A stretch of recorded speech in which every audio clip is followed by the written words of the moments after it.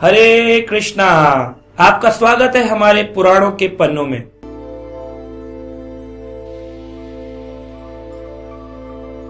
आज हम एक ऐसा प्रश्न लेंगे जिसमें हम जानेंगे कि जीवन में अगर कोई व्यक्ति ये 3 मुख्य चीजें कर ले तो उस व्यक्ति का उद्धार हो जाता है, उस व्यक्ति को शांति की प्राप्ति होती है। बस 3 चीजें करनी है, 3 मुख्य चीजों की आज हम चर्चा कर रहे हैं जिससे आपके जीवन में परम शांति का अनुभव आप कर सकते हैं। तो ये पुराणों में व्याख्यान किया गया है। बताते हैं, ब्रह्म नारद पुराण के अंदर एक श्लोक आता है, असार भूते संसार सारम एदज आत्मजा भगवत भक्त संगश्च हरि भक्त स्थितुक्षतः। तो यहां पे क्या है, असार भूते संसारे। इस संसार में अगर आप बचना चाहते हैं, इस मायावी इस भौतिक संसार की आपादापी से आप खड़े हो जाइए फ्लाईओवर के ऊपर रात के समय और देखिए दिल्ली बंबई की सड़कों पर गाड़ियां ही गाड़ियां हैं, मेट्रो के अंदर लोग ही लोग हैं, मोबाइल में लगे हैं, स्मार्टफोन में सब, कान में लीड्स लगी हैं, ईयरबड्स लगे, ईयरडोप्स लगे हुए हैं, सुन रहे हैं, देख रहे हैं, हंस रहे हैं, रील चल रही है, इंस्टाग्राम देख रहे हैं। पूरा संसार कैसा हो चुका है, मानसिक प्रेशर में जी रहा है, शांति नहीं है। असार भूते संसारे, इस संसार से बचेंगे कैसे बच सकते हैं? तो पुराणों में ऋषि मुनियों ने 5000 साल पहले व्याख्यान किया, ये 3 काम कर लो। पहला उन्होंने कहा, सारम एदज आत्मजा भगवत भक्त संगश्च हरि भक्त स्थितिक्षुतः। तो 3 काम उन्होंने कहा। पहला, भगवत भक्त संगश्च, किसी भक्त का संग करो, एसोसिएशन ऑफ डिवोटी।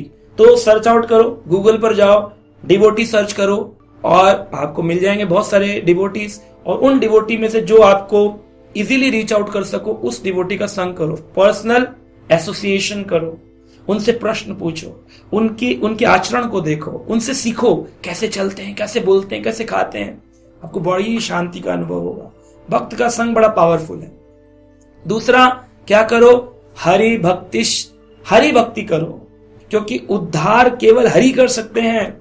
हरि शब्द का अर्थ है हरिष्यामि अहम सर्वम, मैं सब कुछ हरण कर लेता हूं, तुम्हारे दुख ताप, इसलिए भगवान को हरि कहते हैं।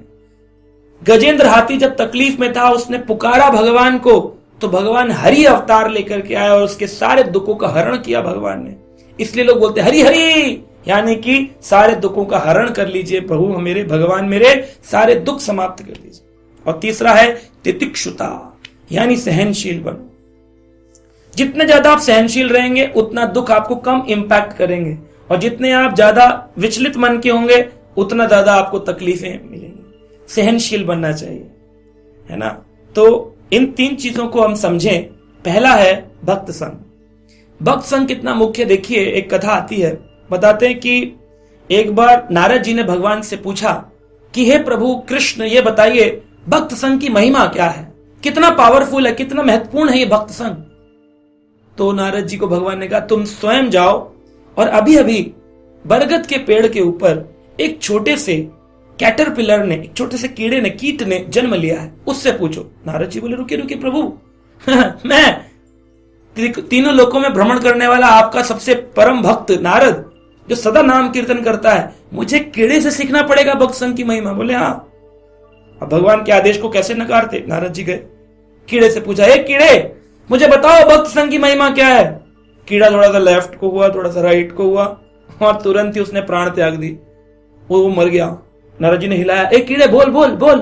कीड़ा कुछ बोल ही नहीं रहा था। नारद जी बड़े दुखी, बोले, अरे ये तो हत्या हो गई, अरे एक आत्मा को उसका शरीर छोड़ना पड़ गया मेरे प्रश्न से, प्रभु ये क्या हो गया? भगवान बोले, अरे तुम घबराओ मत, तुम अभी जाओ, उस कीड़े ने एक कुत्ते का जन्म लिया है, और वहां जाकर के तुम उससे प्रश्न करो। तो कुत्ते से प्रश्न पूछूं, कुत्ता जवाब देगा? बोले हाँ।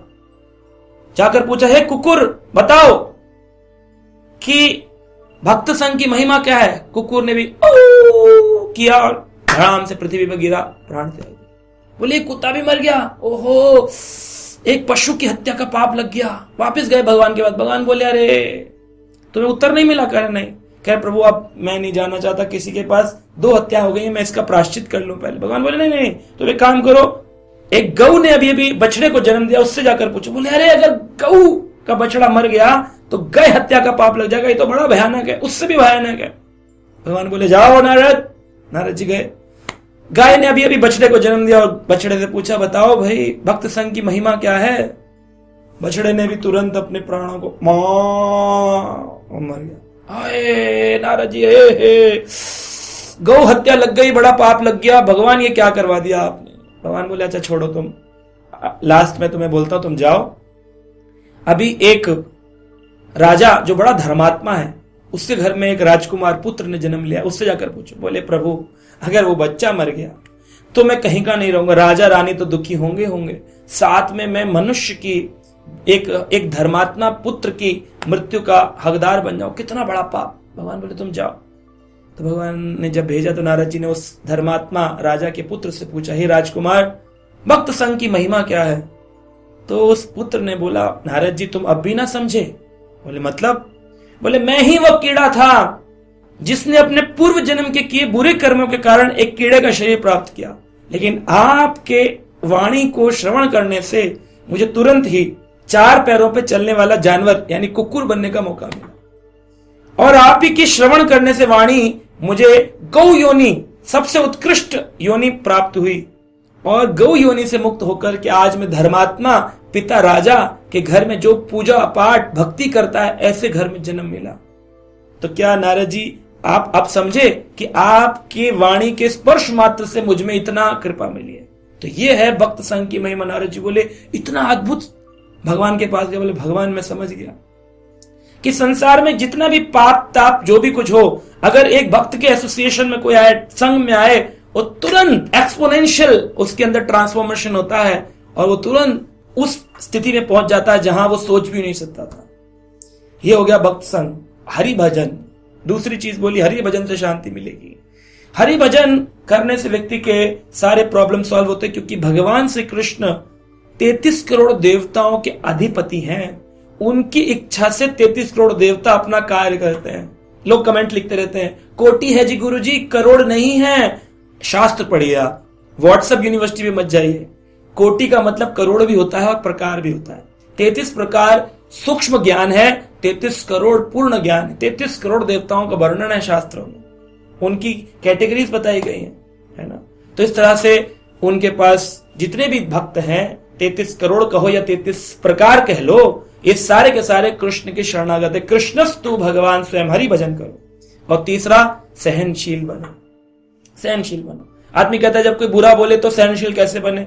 बोले उसने कुछ दिया, आपने नहीं लिया तो किसके पास रह गया। बोले उसी के पास रह गया। बोले बस किसी ने गाली दी, उद्विग्न करने की कोशिश करी, आप उद्विग्न नहीं हुए, आपने उसको एक्सेप्ट नहीं किया तो उसी के पास रह गया। सहनशीलता, तितिक्षुः। तो हमेशा सहनशील जो रहते हैं, तितिक्षु रहते हैं, वो लोग शांति में रहते हैं। उनको कोई फर्क ही नहीं पड़ता कौन क्या बोल रहा है। बोले बोलते रहो, कुछ तो लोग कहेंगे, लोगों का काम है कहना।